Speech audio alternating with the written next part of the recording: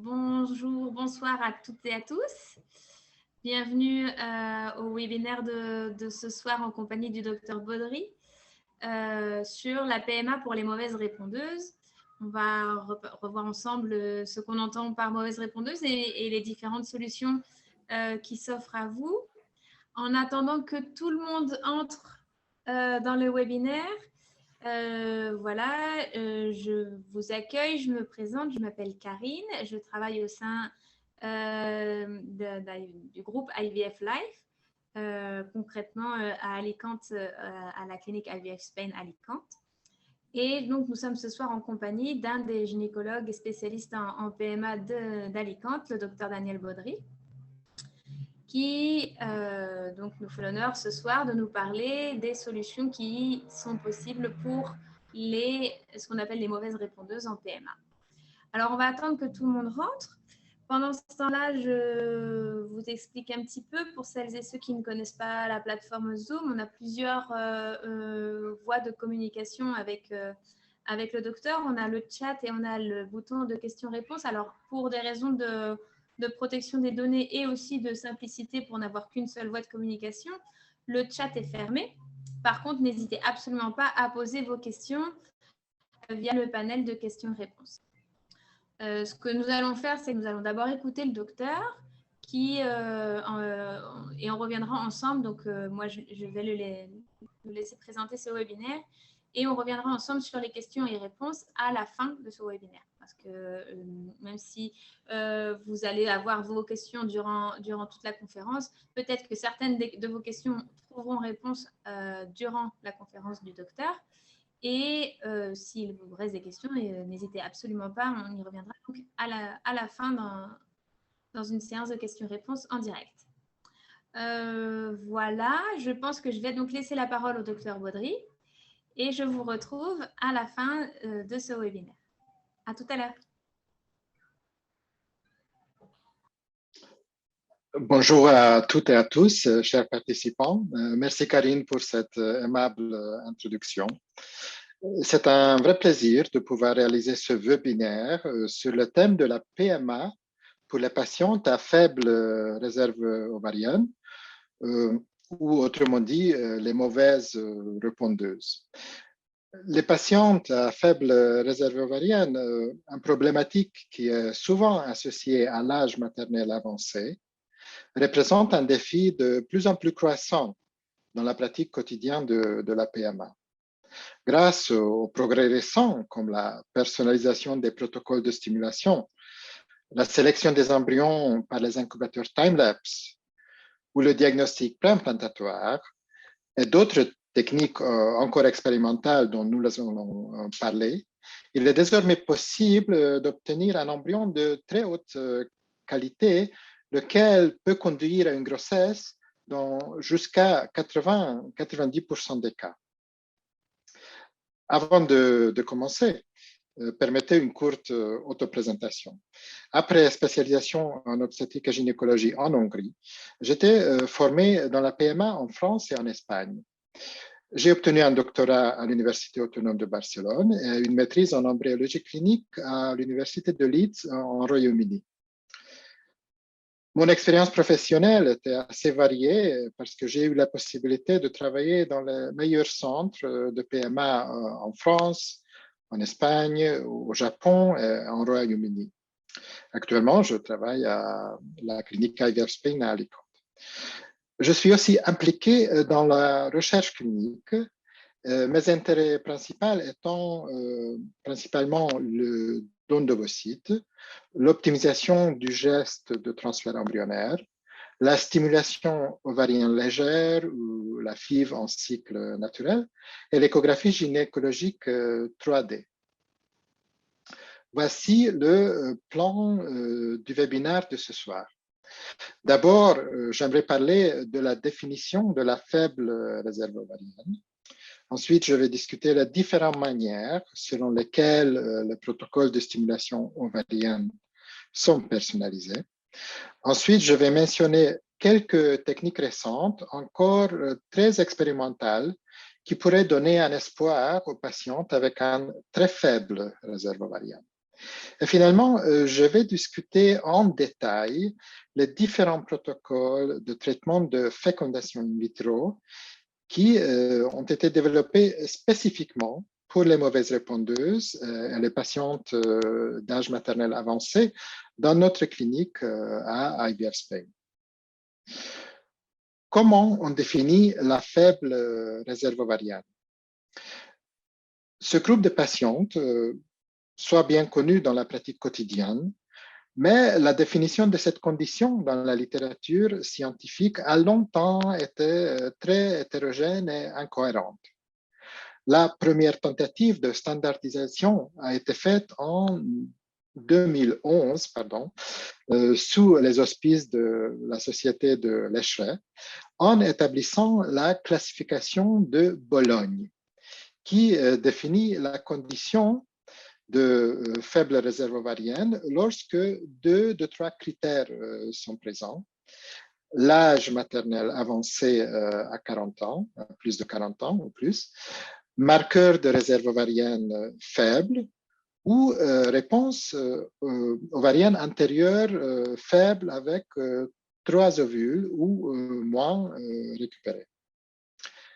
Par la suite, on a remarqué que même cette classification de Bologne était trop simple et une nouvelle classification de Poséidon a été établie en 2016. Cette classification a établi 4 sous-groupes selon l'âge de la patiente, moins de 35 ans ou plus de 35 ans, et l'absence ou la présence des marqueurs basses de la réserve ovarienne.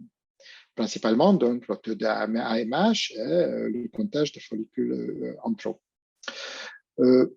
Dans le sous-groupe de 1 et 2, la faible réponse ovarienne est un événement inattendu qui peut être amélioré par des cycles de stimulation successives.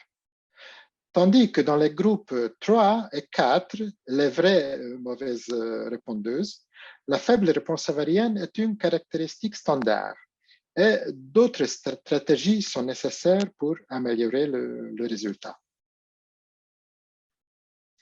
Quelles sont les causes d'une faible réserve ovarienne? La cause la plus évidente est l'âge féminin avancé. Les femmes naissent avec un nombre déterminé de follicules et à partir de 35 ans, il y a une diminution continue. Vous pouvez observer sur la graphique à droite, montrant les niveaux moyens de hormones antimullériennes, diminuant avec l'âge féminin. L'endométriose, par exemple, est une maladie gynécologique progressive très courante, une autre possible cause de faible réserve ovarienne, qui peut détruire le tissu ovarien par des implantes endométriosiques ou des kystes chocolat, par exemple. Il existe également certaines maladies génétiques rares qui affectent le chromosome X, provoquant une diminution des follicules prématurés. Évidemment, si les ovaires sont endommagés par une chirurgie ou une radiothérapie pour un cancer, cela aussi provoque une réduction irréversible des follicules ovariens. Enfin, dans la plupart des cas, la raison de la diminution de la réserve ovarienne est inconnue, possiblement une combinaison de prédispositions génétiques et de facteurs environnementaux. Comment on diagnostique la faible réserve ovarienne? Il existe 2 méthodes précises. L'échographie pelvienne par voie vaginale, qui montre le nombre de follicules en trop, petite enveloppe visible de moins de 1 cm, qui serait stimulée lors d'une stimulation ovarienne. L'autre méthode, c'est détermination de taux de l'hormone antimullérienne, l'AMH, qui est sécrété par des follicules encore plus petits en développement, qui corrélation avec le nombre d'ovules qu'on peut attendre lors de la stimulation ovarienne. par rapport au comptage des follicules antraux, c'est le nombre total des follicules qui sont visibles sur l'échographie et souvent correspond au nombre maximal des ovocytes qu'on peut récupérer pendant une stimulation réussite. Maintenant, on peut parler de différentes manières de personnaliser la stimulation ovarienne. Avant même de commencer le traitement, il est possible d'utiliser les médicaments adjuvants pour améliorer potentiellement la réponse à la stimulation ovarienne. Il existe de nombreuses propositions, dont beaucoup sont utilisées de manière empirique, ce qui signifie que les preuves scientifiques sont encore pas très concluantes sur l'effet bénéfique. Tels que les hormones stéroïdes, comme les estrogènes, les progestatives ou les androgènes, pourraient être utilisés pour stimuler ou homogénéiser le nombre de follicules disponibles avant le début de la stimulation. Il a été rapporté, par exemple, qu'un pré-traitement de 3 à 4 mois avec l'androgène léger d'origine surrénale, le DHEA, augmentait les marqueurs de la réserve ovarienne, même chez les patientes avec une faible réserve ou une réserve sévèrement diminuée. L'autre possibilité, c'est administrer l'hormone de croissance à faible dose, un médicament injectable. Et l'hormone de croissance est censé augmenter la quantité et aussi la qualité des ovules par de multiples voies. Enfin, il y a des suppléments comme le coenzyme Q10 ou le myo-inositol pour les patientes qui souffrent des ovaires polykystiques qui pourraient également être bénéfiques. En termes de protocole de stimulation ovarienne, certains centres ou auteurs recommandent d'utiliser une stimulation ovarienne légère ou même des traitements de FIV en cycle naturel pour les patientes à faible réserve ovarienne, car il est supposé que ces patientes ne répondraient pas mieux à une stimulation conventionnelle à de plus fortes doses. J'ai eu la possibilité de travailler à la clinique de Kato Ladies Clinic à Tokyo, au Japon. Ce centre se distingue de faire pratiquement seulement un traitement par une stimulation minime ou des cycles en FIV naturel. Les avantages évidents de ces approches légères sont un besoin moindre ou nul de médicaments de stimulation, un coût moindre et prévention complète de risque de syndrome d'hyperstimulation ovarienne. Cependant, l'inconvénient est qu'une surveillance plus stricte est nécessaire avec les échographies et dosages hormonaux, et qu'en raison du nombre limité d'ovules qu'on peut obtenir sur un cycle, souvent un seul ovule, peut-être 2 ou 4 ovules, moins de patientes atteignent le stade du transfert d'embryon, ce qui rend l'ensemble de processus beaucoup moins efficace. La seule façon de compenser cet inconvénient est de répéter plusieurs cycles, souvent chaque mois. En fait, dans notre clinique à IVF Spain, notre protocole standard de stimulation ovarienne est le protocole antagoniste court qui commence au début des règles, vers J2, J3, et dure environ de 9 à 12 jours. Ce protocole est très sûr, pratique, et aussi convient à tout type de patientes, en particulier aux mauvaises répondeuses. Ce protocole actuellement est de plus en plus utilisé par rapport au classique protocole agoniste long, qui convient moins aux patientes avec une faible réserve ovarienne, parce que le degré de blocage ovarien est plus élevé et peut entraver les résultats de la stimulation ovarienne. Une version nouvelle, innovante de protocole antagoniste est le protocole de double stimulation ou duostim, qui consiste en deux protocoles antagonistes. D'abord, il y a un protocole classique qui commence au début des règles, mais cette première partie est suivie après une pause très courte, donc après la première ponction folliculaire de 2-3 jours seulement, d'une deuxième phase de stimulation avec le même protocole antagoniste. Le principal avantage est que l'on peut récupérer plus d'ovocytes qu'avec une seule stimulation, évidemment, sur une période plus courte, d'un mois seulement, ce qui est très avantageux pour les mauvaises répondeuses. Toutes les ovules prélevés sont fécondés et les embryons obtenus devront être congelés car aucun transfert d'embryons frais n'est effectué après cette approche. Les embryons congelés vont être transférés plus tard sur un cycle d'embryons congelés.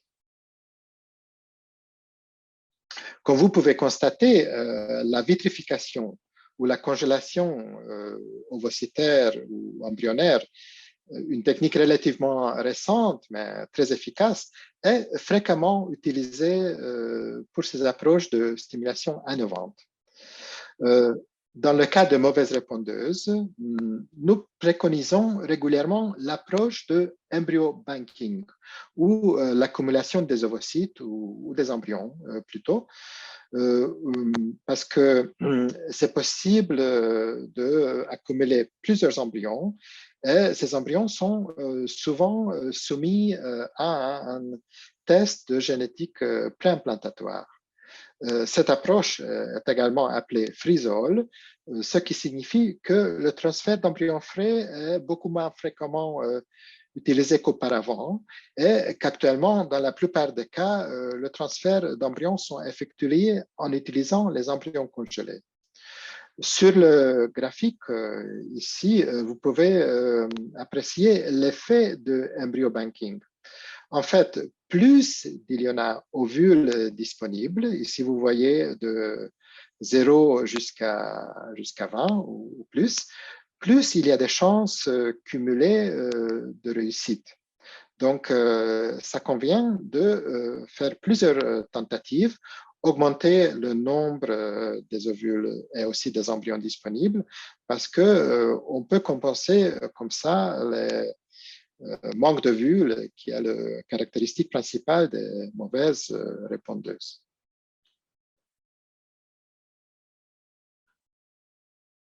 Donc, on peut parler sur les techniques un peu plus expérimentales et plus récentes qui ont apparu récemment. Une d'elles, ce que nous aussi pratiquons dans notre clinique, c'est l'infiltration ovarienne par le PRP, qui est le plasma riche en plaquettes. C'est une technique relativement simple. Le produit qui est utilisé, c'est obtenu du sang propre de la patiente et après centrifugation, une partie de sang est séparée avec ce couleur jaunâtre qui contient une grande quantité de plaquettes qui, à son tour, contient beaucoup de facteurs de croissance. Donc, c'est une technique simple, relativement peu coûteux, et a été utilisée avec grand succès dans d'autres domaines de médecine, comme médecine du sport, esthétique ou orthopédie. Lors d'une ponction ovarienne ou en dehors d'une stimulation, les ovaires sont infiltrés sous anesthésie générale ou sédation avec ce produit et l'effet de ces facteurs de croissance peut être traduit par une augmentation du nombre des ovules ou possiblement aussi une amélioration de leur qualité 3-4 mois après l'intervention. Les désavantages, évidemment, avec ces techniques encore expérimentales, qu'il y a peu de preuves sur l'efficacité, principalement pour manque d'études randomisées. Il y a aussi autres techniques où les études pilotes ont montré des résultats encourageants. Techniques plus invasives, comme la technique de Ascot, par exemple, où il y a une cœlioscopie où l'ovaire, partie des ovaires est enlevée. Ensuite, ces tranches d'ovaires sont traitées par des cellules souches ou des facteurs de croissance, et ensuite devront être réimplantées par une deuxième cœlioscopie sur l'ovaire restant de la patiente. Il y a des publications récentes où des naissances étaient obtenues, même pour les patientes qui ont souffert d'une insuffisance ovarienne prématurée. C'est une procédure évidemment plus invasive, plus coûteuse, et l'efficacité et la sécurité encore reste à démontrer. Maintenant, j'aimerais vous expliquer en détail des protocoles de FIV qui ont été développés dans notre centre à l'IVS Spain, spécifiquement pour les mauvaises répondeuses ou les patientes avec l'âge maternel avancé. Donc, le principal problème pour les patientes avec l'âge maternel avancé ou beaucoup de mauvaises répondeuses aussi, c'est que après l'âge de 35 ans, la proportion des embryons avec des anomalies génétiques augmente considérablement, encore plus après 40 ans. Et pratiquement, c'est ça qui explique la diminution des chances de réussite en termes de taux de naissance avec l'âge maternel qui avance, et aussi l'augmentation vraiment impressionnante des fausses couches et pertes de grossesse. Donc, comment on peut compenser ça? Pratiquement, ici, vous voyez ce qui se passe si on réussit à analyser les embryons par le diagnostic préimplantatoire, l'analyse génétique. Ici, vous pouvez voir la proportion des embryons qui sont censés être génétiquement normaux en fonction de l'âge féminin, l'âge de la patiente. Même pour les patientes jeunes, peut-être c'est seulement 2/3 des embryons qui sont attendus à être génétiquement de bonne qualité. Et après 35 ans déjà, la proportion de ces embryons normaux diminue considérablement. Donc, notre approche, c'est, pour ces patients-là, au-delà de 35 ans, c'est de faire du diagnostic génétique préimplantatoire de manière systématique. Pratiquement, nous devons faire une culture embryonnaire prolongée jusqu'à J5, J6, jusqu'au stade de blastocyste, non seulement jusqu'à J2, J3. Souvent, on utilise l'incubateur time-lapse qui aussi permet une sélection embryonnaire encore plus efficace. Dans notre clinique, plus récemment, nous avons commencé aussi, nous avons combiné l'approche time-lapse avec l'utilisation de l'intelligence artificielle qui encore peut augmenter l'efficacité de la sélection embryonnaire. Mais notre but, c'est de faire une biopsie, c'est-à-dire un prélèvement des cellules du futur placenta de la partie extérieure de l'embryon et analyser avec une technique très performante, le Next Generation Sequencing, NGS, analyser la composition de chaque embryon. Pratiquement, être sûr que l'embryon qui est sélectionné contient un nombre normal de chromosomes pour les 23 paires de chromosomes. À l'occurrence aussi, on va voir les chromosomes sexuels, donc on peut savoir le sexe de l'embryon, mais il faut savoir qu'en Espagne, ce n'est pas possible de faire une sélection du sexe, donc ce sera une information qui est disponible pour le département génétique, mais ne sera pas dévoilée pour la patiente.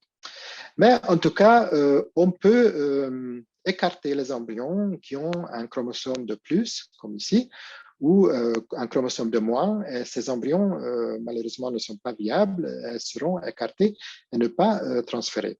Comme ça, la patiente aura moins de possibilités d'avoir un transfert avec un embryon anormal. Donc, seulement on fera un transfert avec des embryons euploïdes. Ici, vous voyez le concept de notre approche pour la patiente avec une faible réserve ou avec l'âge maternel avancé. Pratiquement, nous préconisons de faire entre 2 jusqu'à 4 cycles, 4 tentatives de fécondation in vitro. Si c'est fait avec l'approche duostime, on peut faire 2 stimulations sur le même mois, ou selon la patiente, peut-être on peut faire une petite pause. Mais l'idée, c'est de faire des stimulations, possiblement jusqu'à 4 tentatives, si c'est nécessaire, sur une période relativement courte de 6 mois, par exemple. L'objectif, c'est obtenir de 4, 5, idéalement 6 ou jusqu'à 8 blastocystes, selon la réserve ovarienne de la patiente, et analyser ces embryons avec la technique de diagnostic préimplantatoire.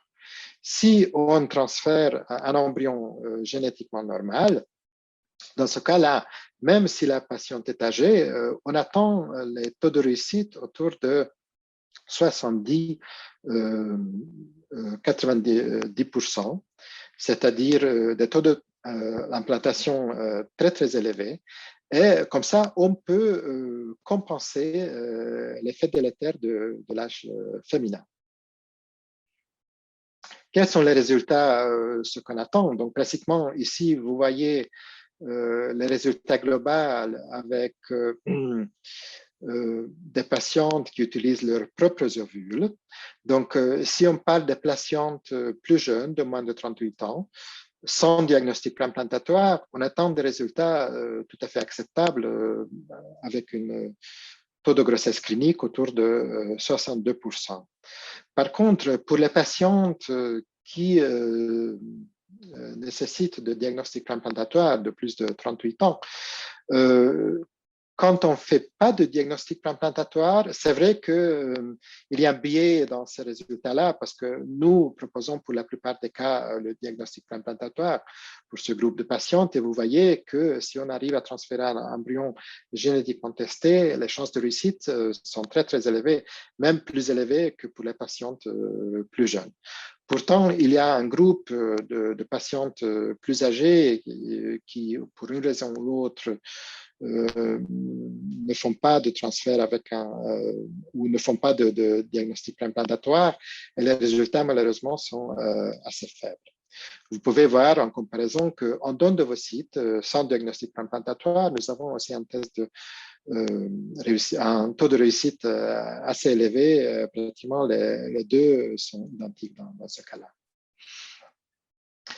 Ensuite, nous aussi, nous faisons attention à d'autres détails, non seulement la part de l'embryon, mais aussi le transfert embryonnaire. Donc, le transfert embryonnaire dans notre clinique à Alicante, nous le faisons avec une méthode très spécifique, méthode japonaise. Moi-même, j'ai appris cette méthode à la clinique Keto Ladies Clinic à Tokyo. Donc, c'est une implantation qui est faite par l'échographie vaginale. Dans la plupart des centres, pratiquement tous les centres dans le monde font le transfert embryonnaire, donc l'implantation de l'embryon la partie la plus sensible de toute la procédure de la fécondation in vitro, avec une échographie abdominale où la patiente doit avoir une vessie assez pleine. Par contre, avec cette méthode, on fait une échographie vaginale, donc qui donne une meilleure résolution, et on peut très précisément, pratiquement de manière chirurgicale, positionner l'embryon dans l'utérus, ici vous voyez une image 3D. Donc, cette approche aussi aide quand on a un labo exceptionnel et quand on a des embryons génétiquement testés, d'augmenter encore plus les taux d'implantation. Ensuite, nous faisons aussi attention à des examens au niveau utérin. Donc ici, vous voyez un petit vidéo qui montre les contractions utérines, mais non seulement ça, nous faisons une batterie de tests sur l'utérus, donc qui contient donc les échographies 2D, 3D, une hystérosonographie et l'hystéroscopie, mesures de contraction de l'utérus et surtout les analyses précises comme l'analyse de réceptivité ou l'analyse immunologique de l'endomètre elle-même. Donc avec ça, on peut vraiment aussi s'assurer que non seulement l'embryon est génétiquement testé, mais aussi la partie utérin est testée et optimisée. Donc, nous faisons les échographies, évidemment. On peut vérifier différentes malformations ou l'effet des fibromes ou des polypes et intervenir avant le transfert. Nous faisons aussi l'hystéroscopie de cabinet, un examen très simple, peu coûteux, où on peut voir en direct pratiquement l'apparence de la cavité utérine avec une intervention de 3 à 4 minutes seulement, indolore et sans anesthésie. Et ensuite, il y a un autre test que nous avons développé spécifiquement dans notre clinique, c'est le test de réceptivité endométriale ou ERMAP. Avec ce test, avec un petit prélèvement de l'échantillon qu'on peut prendre pendant l'hystéroscopie, aussi en cabinet, sans anesthésie, on peut analyser exactement pour savoir si l'endomètre est réceptive est apte pour recevoir l'embryon. Parce que ça a été démontré que la fenêtre d'implantation, quand l'embryon est capable d'implanter, est relativement large, mais peut varier d'une patiente à l'autre. Pratiquement, même 24 heures de différence dans la fenêtre d'implantation peut signifier que si cette fenêtre est déplacée, que les chances de réussite sont, même avec un embryon, par exemple, génétiquement testé, sont très, très bas. Donc, pratiquement, nous préconisons ce test en dehors du stimulation avant de transférer un embryon congelé. Et dans pratiquement presque 30% des cas, nous pouvons corriger la fenêtre d'implantation. Quand on fait un prélèvement de cette petite échantillon de tissu endométrial, c'est possible aussi faire d'autres tests génétiques. Et notre centre Alicante et aussi les autres centres de notre groupe sont spécialisés dans les diagnostics, en fait, dans les conditions immunitaires, par exemple, avec une analyse spécifique de différentes populations de cellules immunitaires dans l'endomètre même. Et c'est un test qui nous aide de sélectionner, dans le cas des anomalies, une immunothérapie la plus appropriée pour la patiente et prévenir des échecs d'implantation ou des grossesses biochimiques, par exemple.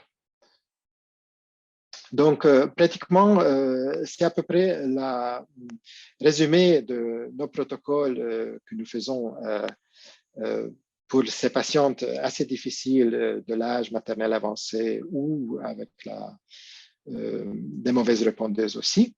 Donc, quelques mots sur notre centre. Pratiquement, le siège d'Alicante est le centre des cliniques en Espagne. Nous avons des installations très modernes avec 3 salles d'opération, 2 laboratoires d'embryologie, un laboratoire d'embryologie qui est très performant, peut-être le plus performant que j'ai jamais vu sur mon expérience professionnelle dans différents pays. Nous avons aussi notre propre département génétique, c'est-à-dire que tant le test génétique préimplantatoire et aussi le test sur le tissu endométrial est fait dans notre propre département génétique et nous ne devons pas envoyer les échantillons à des autres labos externes. Pour vous montrer notre équipe médicale qui est assez multilingue, vous avez 3 collègues qui sont parfaitement francophones, donc nous sommes préparés de recevoir les patients qui viennent de France ou qui sont francophones. Nous avons aussi naturellement une équipe de coordinatrices qui sont comme vous avez vu, Karine et d'autres de ses collègues aussi sont francophones de naissance et peuvent accompagner les patientes pendant leur traitement. Nous avons donc un groupe de IVF Live qui est pratiquement présent dans 3 villes en Espagne, à Alicante, aussi à la capitale Madrid et à Saint-Sébastien au nord du pays. Mais aussi, il y a deux centres en Allemagne, à Baden-Baden et en Royaume-Uni, à Manchester, qui suivent le même protocole que nous avons développé et que je viens de vous expliquer. Donc, avec ça, j'aimerais donner la parole à Karine et essayer de répondre à vos questions sur ce sujet. Merci beaucoup pour votre attention. Merci beaucoup, Dr Baudry. C'était très intéressant. Alors, nous avons déjà quelques questions qui sont arrivées pendant la conférence. Donc, ce que je vais faire, c'est que je vais vous les lire à voix haute et vous laisser y répondre. Donc, on a d'abord une personne qui nous dit « J'ai une question concernant la régénération ovarienne. J'ai 39 ans et je débute une ménopause précoce depuis 3 mois. Je n'ai plus de règles, mais je prends un traitement hormonal de substitution avec des oestrogènes et de la progestérone. Je voudrais faire le traitement de rajeunissement ovarien, la méthode ASCO. Pensez-vous que dans mon cas, c'est possible ou je devais quand même avoir recours à un don d'ovocytes pour être enceinte et avoir un bébé? Oui, donc évidemment, c'est un cas, en fait, une ménopause précoce avant l'âge de 40 ans. Donc, c'est assez difficile. Évidemment, le traitement hormonal de substitution est toujours conseillé parce que ça prépare l'utérus et aussi, dans des cas rares, ça peut aussi faciliter donc, des grossesses spontanée s'il y a une reprise parfois de la fonction ovarienne. Donc, par rapport au rajeunissement ovarien, la méthode ASCOT est une des techniques plus invasives. Nous sommes en train de développer cette méthode avec nos propres moyens, donc qui contient donc qui nécessite donc une cœlioscopie aussi. Mais à l'instant, c'est pas pratiqué dans notre centre. Nous faisons le traitement avec l'installation de PRP, le plasma riche en plaquettes. Dans la littérature, dans certaines publications grecques, il y a aussi ils ont rapporté des succès même pour les patientes avec une ménopause précoce avec cette technique. Donc, ce n'est pas complètement exclu en attendant de faire la méthode ASCOT, vous pouvez essayer peut-être une installation par PRP parce que c'est assez simple et c'est tout à fait organisable dans un de nos centres, ou plutôt à Alicante. En dernier, votre question, est-ce que le recours à un don d'ovocytes, c'est possible? Naturellement, c'est possible si les autres possibilités sont, en fait, si les autres traitements plus expérimentaux ne sont pas efficaces. À l'âge de 39 ans, vous avez encore le temps d'essayer d'autres méthodes avant d'avoir recours aux d'ovocytes. D'accord. La même personne demande, est-ce que vous pensez que le PRP pourrait fonctionner dans mon cas? Et vous avez déjà répondu que ça peut être une option, non? Nous faisons donc une étude scientifique randomisée où un des groupes de patientes qui sont soumis à PRP sont, comme vous, avec donc affectés d'une ménopause précoce. Donc, ce n'est pas impossible. Selon les publications, il peut y avoir des succès peut-être dans 10 à 20% des cas, mais on a même rapporté des grossesses spontanées. Donc, si c'est faisable, essayez probablement, comme c'est relativement une intervention peu invasive ou simple, on pourra le faire. Merci. Une autre personne demande, bonjour, j'ai 30 ans, diagnostic d'endométriose, un kyste à chaque ovaire, deux protocoles antigéniques courts à mon actif avec une récolte de 1 et 2 ovocytes matures et aucun embryon ne s'est développé. Mon gynécologue m'a mis sous DHEA cet été pour débuter un nouveau protocole en octobre. C'est le dernier essai pour lui si je ne réponds toujours pas. Faut-il abandonner? Quel protocole ou examen me proposeriez-vous si j'étais votre patiente? Oui, donc le fait d'avoir des ovocytes, ça montre qu'une certaine réponse ovarienne est encore possible. Évidemment, donc la cause, c'est l'endométriose. Donc, prendre le DHEA, c'est une bonne idée. Probablement, dans notre centre, nous pouvons aussi essayer d'administrer ces bas dosages d'hormones de croissance aussi. Ça peut être aussi porter un bénéfice. Le problème, évidemment, s'il n'y a pas de développement embryonnaire, parce que en répétant des cycles avec 1 ou 2 ovocytes, possiblement, on peut augmenter le nombre total des ovocytes, mais s'il n'y a pas de développement embryonnaire, il y a un problème. Donc, j'essaierai comme thérapie adjuvante aussi peut-être rajouter l'hormone de croissance. En termes de protocole, le protocole antagoniste, probablement un bon choix. Peut-être le double stimulation peut être essayé aussi. Dans ce cas-là, sur le même mois, vous pouvez faire peut-être 2 tentatives de stimulation si c'est une dernier essai que vous envisagez. N'hésitez pas également, vous voyez sur l'écran l'adresse de la clinique, à nous envoyer plus de documents parce que si je repense à cette patiente, docteur, si aucun embryon ne s'est développé, il faut également peut-être regarder le sperme. Aussi, oui. Donc, analyser un peu les données embryologiques pour savoir donc, si c'est lié donc, uniquement à une qualité ovocytaire, parce que si la patiente a 30 ans, donc la qualité ovocytaire est censée être encore bonne. Donc, c'est plutôt censé être un problème de quantité d'ovules. Donc. Une autre personne nous dit bonjour. Dans le cas d'une duostyle, les ovocytes récupérés lors de la 2e ponction sont-ils aussi qualitatifs qu'en stimulation simple? Oui, donc il y a des publications qui ont comparé les analyses, donc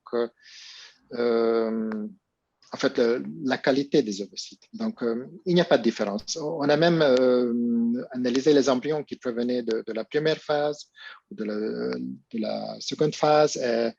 L'analyse génétique, il n'y avait pas de différence non plus. Donc dans la seconde phase, parfois, il y a plus d'ovocytes, donc il y a une sorte d'effet de boosting de la première phase de la stimulation sur les résultats de la 2e phase. Donc, mais il n'y a pas de souci par rapport à la qualité. Donc 2e phase ou première phase, ça n'a pas d'importance. Je parcours les questions et je vois que la même personne nous demande si une FIV avec une faible stimulation permet-elle d'obtenir donc des ovocytes de meilleure qualité? En fait, j'ai travaillé beaucoup donc, sur la stimulation minime. Donc, c'est un concept qui est souvent évoqué que moins d'ovocytes, mais de meilleure qualité. Mais par exemple, à Alicante, spécifiquement pour les patients plus jeunes, notre expérience plutôt que c'est mieux d'augmenter le nombre d'ovocytes total. Donc, les avantages de la stimulation minime ou de cycle naturel ne sont pas, en fait, l'efficacité, ce qui est primordial. Donc, ça veut dire que, sauf si la patiente est vraiment est prête à faire des tentatives chaque mois, et, dans ce cas-là, évidemment, faire peut-être un traitement moins coûteux ou plus simple, c'est encore faisable. Au Japon, j'ai vu des patientes qui ont fait pendant 2 ans 20 tentatives de stimulation en cycle naturel, évidemment, mais peut-être c'est trop. Donc, je voudrais quand même recommander une stimulation avec un dosage conventionnel, faire plusieurs stimulations et essayer d'augmenter le nombre total des ovocytes. Une personne nous dit « Bonjour, je suis en insuffisance ovarienne précoce depuis 5 ans. J'ai 35 ans et une AMH à 0,3. » J'imagine qu'on parle de nanogrammes. Est-ce que vous avez des solutions pour moi, hormis le don d'ovocytes? Mon médecin m'indique que la stimulation ovarienne est dangereuse dans mon cas, avec un risque de cancer ovarien et d'endomètre. Avez-vous des solutions? Ah oui. Donc, oui, vous avez 35 ans, donc vous êtes jeune. Ici, vous n'avez pas, vous n'avez pas expliqué pourquoi votre médecin pense que la stimulation ovarienne est particulièrement dangereuse dans votre cas, si c'est des antécédents familiaux ou d'autres. Donc, l'AMH est basse, donc il faudrait aussi peut-être voir le taux de FSH.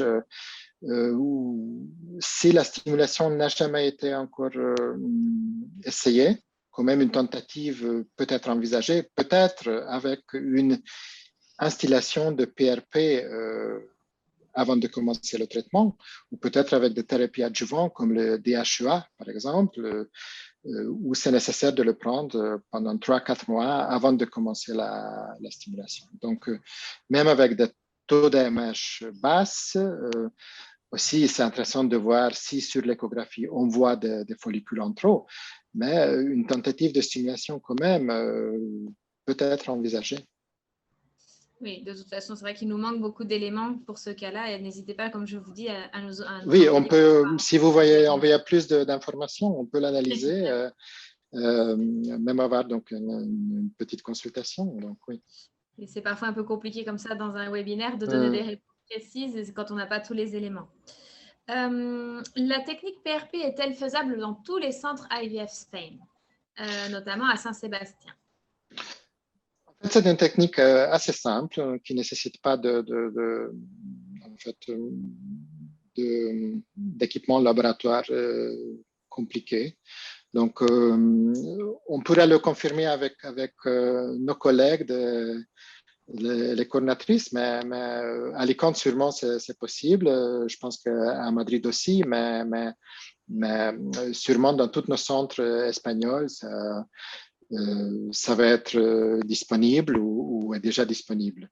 Je connais plutôt la situation à Alicante. C'est vrai. N'hésitez pas à contacter également Saint-Sébastien. Ils sauront vous renseigner plus précisément, mais c'est vrai que normalement, tous les centres IVF Spain suivent les mêmes protocoles. Oui. Bonjour, je voudrais savoir si vous êtes aussi installé en France. Alors, non, pas pour le moment. J'ai 40 ans. On m'a diagnostiqué faible ovarienne et ménopausée. Croyez-vous que je pourrais avoir une grossesse et faire recours, ou devrais-je faire recours au don d'ovocytes? Croyez-vous que je pourrais avoir une grossesse ou dois-je faire recours? Voilà. Elle a répété la deuxième fois. À peu près la même question, sauf que ici, l'âge est un tout petit peu plus avancé, donc vers 40 ans. Mais ce que je vous conseillerais peut-être d'avoir nous avons ce type de consultation courte ou peut-être envoyer plus d'éléments, surtout l'échographie. Donc, les niveaux hormonaux pour voir si c'est donc ménopause vraiment préménopause très avancée ou non, pour évaluer un tout petit peu les chances d'une stimulation. Mais la recommandation serait qu'au moins donc un essai de stimulation, ce serait pas mal pour voir l'effet, et aussi le traitement par DHEA, possiblement donc l'installation par PRP aussi pourrait être envisagée. Très bien, merci. Une autre question. Est-ce que vous pensez qu'avec le traitement hormonal de substitution, donc c'est la personne qui avant était déjà en préménopause, mes ovaires pourraient refonctionner, comme j'aurais des règles une fois par mois et d'avoir des règles une fois par mois? Est-ce que je pourrais tomber enceinte grâce à ce traitement de substitution? Et cette même personne nous dit un peu plus tard. Naturellement, oui. Oui. Donc, elle dit qu'il ne lui reste que 2 follicules et trop petits. Oui. Donc, cet traitement hormonal de substitution, c'est décrit aussi donc, que ça peut faciliter donc, l'occurrence d'une grossesse naturelle, parce que en prenant ces hormones, donc, ils n'ont pas d'effet contraceptif. Ils peuvent faire baisser le taux d'FSH qui est trop haut dans le cas d'une ménopause précoce. Ça veut dire que s'il y a un développement folliculaire, ça n'empêche pas. Aussi, le traitement hormonal de substitution permet le développement de l'endomètre. Donc, c'est possible s'il y a ovulation, fécondation, un embryon qui est formé naturellement, pour cet embryon de s'implanter. Donc, sans traitement hormonal de substitution, même l'utérus n'est pas prêt de recevoir un embryon, même s'il y a peut-être en fait une reprise de la fonction ovarienne. Donc, c'est pas nécessairement le traitement hormonal de substitution qui va faciliter donc la grossesse, mais peut permettre la survenue d'une grossesse, peut-être dans 1 à 5% des cas, surtout chez les patientes jeunes, donc atteintes de ménopause précoce, où il y a des grossesses spontanées décrites sous traitement hormonal de substitution. Merci. Alors, une autre personne demande, à presque 45 ans, la DGPI semble possible ou considère-t-on que la qualité des ovocytes sera mauvaise? À 45 ans, c'est assez difficile. En fait, beaucoup d'embryons, on a besoin de beaucoup d'embryons pour trouver un embryon génétiquement normal. Possiblement 8-10 embryons sont nécessaires pour trouver un embryon de bonne qualité. Et ça peut varier de patiente jusqu'à patiente. Donc, peut-être seulement pour les patientes qui ont une réserve ovarienne plutôt élevée, et où on peut obtenir beaucoup d'ovocytes sur 2-3 stimulations, que peut-être c'est sensible d'essayer le diagnostic implantatoire à 45 ans. Mais c'est vrai que parfois, on a vu des patients qui ont relativement avec 4-5 embryons, ont produit donc un embryon génétiquement normal. Probablement, c'est les âges extrêmes où on peut obtenir un résultat. Sûrement, plusieurs stimulations sont nécessaires. Donc, seulement si la patiente est vraiment motivée, on vous conseillera de le faire. Très bien.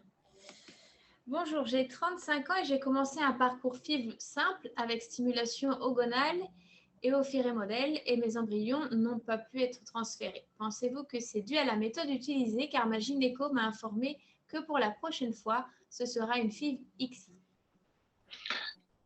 Probablement, en fait, un essai qui n'est pas fonctionné. Vous avez 35 ans. Ça ne veut pas encore dire que toutes les chances sont perdues, rien du tout. Donc, oui, le gynécologue, sensiblement, a proposé de faire changer la méthode de fertilisation par ICSI. S'il y avait des embryons, ça veut dire que la fécondation est survenue, mais il faudrait voir le taux de fécondation. Ou si c'était lié à la qualité ovocytaire ou non. Ici, il semble qu'il y avait des embryons, mais peut-être il y avait peu d'embryons, donc problème de développement embryonnaire. Mais je vous conseillerais, comme à d'autres patients, de nous envoyer peut-être plus d'informations, notamment de l'embryologie, et on peut analyser aussi avec l'aide de nos embryologues un peu meilleur votre cas et proposer donc une solution. Merci. Une autre personne nous dit, j'ai 46 ans et j'ai fait plusieurs stimulations simples. J'ai une AMH entre 0,24 pardon, et 0,70 en fonction des laboratoires. Une FSH à 16,4 et 4 follicules en trop. Pourriez-vous me prendre en charge dans votre clinique avec des duostimes PRP DPI? Combien cela coûterait-il, s'il vous plaît? Merci beaucoup. Oui, certainement, c'est possible. Donc, en fait, pour les patientes qui ont des follicules en trop, c'est vrai ici que le résultat de AMH pour votre âge n'est pas si bas que ça. Évidemment, le FSH, c'est un peu plus élevé, mais au moins donc, une tentative de stimulation pour voir comment on peut récupérer les ovocytes et les embryons peut être envisagée. C'est vrai que la qualité des embryons peut poser un problème au niveau de diagnostic implantatoire, comme je viens d'expliquer, que plusieurs embryons sont nécessaires. Dans notre clinique, si la patiente est conscient donc de ces difficultés, un essai de stimulation est possible même après l'âge de 45 ans. Évidemment, seulement s'il y a encore des follicules présents. Très bien. Une autre personne nous dit, bonsoir, j'ai 37 ans. Diagnostic des trompes bouchées et endométriose. Mon gynécologue m'a mis sous pilule. Selon vous, docteur, quel traitement pouvez-vous me donner? Donc, j'ai pas vu exactement. Donc, il y avait un problème vous êtes jeune, 35 ans, oui, c'est ça? 37 ans, pardon. Trompes bouchées et endométriose. Endométriose. Donc, il y a plusieurs facteurs en fait, qui indiquent de la nécessité de faire une fécondation in vitro. Donc, il faut essayer de stimuler les ovaires. Ça dépend donc de la réserve ovarienne, donc l'effet de l'endométriose, quelles chances sont pour récupérer un nombre suffisamment d'ovocytes, mais il y a toutes les chances. Le facteur tubaire, c'est pas vraiment un problème. Il y a toutes les chances pour obtenir donc, une réponse ovarienne adéquate et créer des embryons.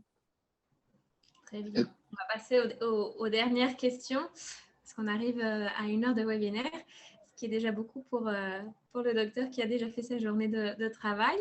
Alors, je vais lire les dernières qui nous restent. Une personne nous demande à partir de quel taux d'AMH peut-on espérer avoir un succès de FIV avec ses propres ovocytes? Avec le taux d'AMH, en fait, évidemment, on compare aussi avec l'échographie. S'il y a des follicules en trop, on envisage une stimulation avec n'importe quel taux d'AMH. Donc, dans la littérature, il y a des grossesses rapportées avec même avec des dosages d'AMH indosables. Donc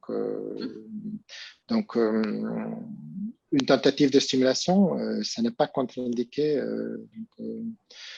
Il n'y a pas de limite d'AMH pour la prise en charge.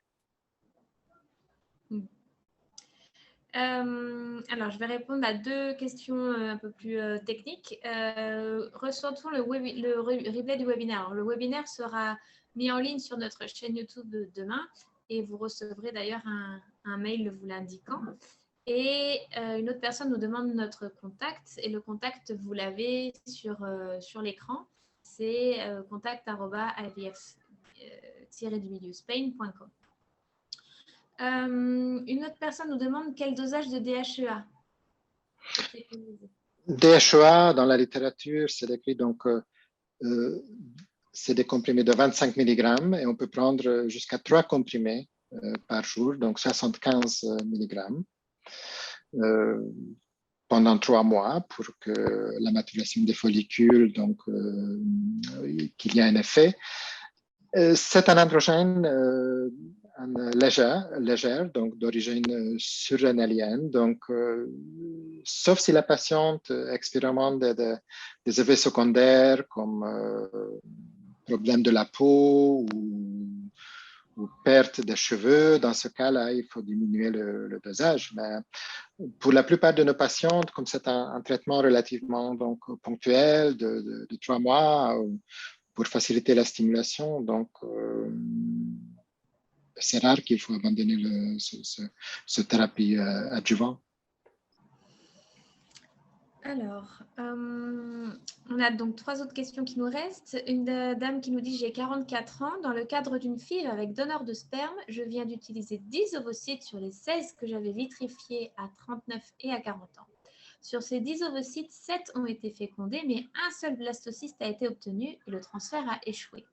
Une nouvelle FIV après une technique de rajeunissement ovarien avec PRP et facteur de croissance aurait-elle un sens pour moi et pourrait-elle améliorer la qualité de mes ovocytes? Merci. Oui, ça dépend oui, des marqueurs de la réserve ovarienne.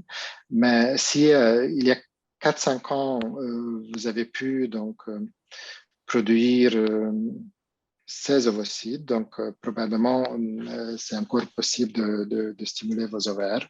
Évidemment, la qualité ovocytaire ne sera pas la même, mais ce que nous pouvons proposer, par exemple, oui, c'est tout à fait possible d'essayer un traitement par le PRP et en même temps, par exemple, transférer les 6 ovocytes qui vous restent et aussi donc essayer de féconder ensemble celles qui ont été congelées auparavant et potentiellement les ovocytes qui seront récupérés maintenant. En changeant le labo, nous avons déjà en fait vraiment donc un labo très très performant, donc possiblement les résultats peuvent améliorer aussi. Donc, parce que ici, donc, on a un don de sperme est utilisé, donc c'est un problème. S'il y a un problème, soit la qualité ovocytaire, soit quelque chose de ponctuel. Donc. Au niveau du laboratoire. Oui. Quel est le risque de perte lors d'un DPI, autrement dit, le pourcentage d'embryons qui ne survivent pas à la suite de ce geste? En fait, la biopsie elle-même, comment on fait ce biopsie, donc le prélèvement de cet échantillon de cellules de la partie extérieure de l'embryon au stade de J5, J6, dégénération de l'embryon à cause de ce prélèvement, pratiquement ça n'arrive pas. Après, peut-être il y a des cas 1-2% où ce n'est pas possible d'analyser ce minuscule échantillon qui était prélevé, donc génétiquement, amplifier le matériel génétique. Mais même dans ce cas-là, l'embryon, soi-disant, donc sans résultat, peut être transféré et il y a des grossesses. Mais ça, c'est des choses techniques qui arrivent dans 1-2% de cas, mais pas à cause de pertes donc, liées au geste de prélèvement, par exemple. Non. Bonsoir. Quelle est la technique Duostim? Non. Est-ce que la technique Duostim, peut aggraver l'endométriose? Idem pour le PRP ovarien. Aggrave-t-il l'endométriose? De stimulation ovarienne, ouais. ça dépend de l'extension de l'endométriose, mais pas nécessairement. Donc, après la ponction folliculaire, donc tous ces effets de stimulation sont très rapidement, donc les ovaires récupèrent très rapidement. Donc, il n'y a pas nécessairement d'effet délétère de faire un duostime pour une patiente qui a l'endométriose. Sur le PRP, il y a moins de données, mais je ne penserais pas que c'est une contre-indication de donner le PRP dans le cas d'une endométriose. Évidemment, on va éviter, donc ce n'est pas dans la lésion de l'endométriose que ce produit est injecté, plutôt dans le tissu ovarien qui est intact. Merci. Alors, on va s'arrêter là pour ce soir. Merci beaucoup, Dr Baudry.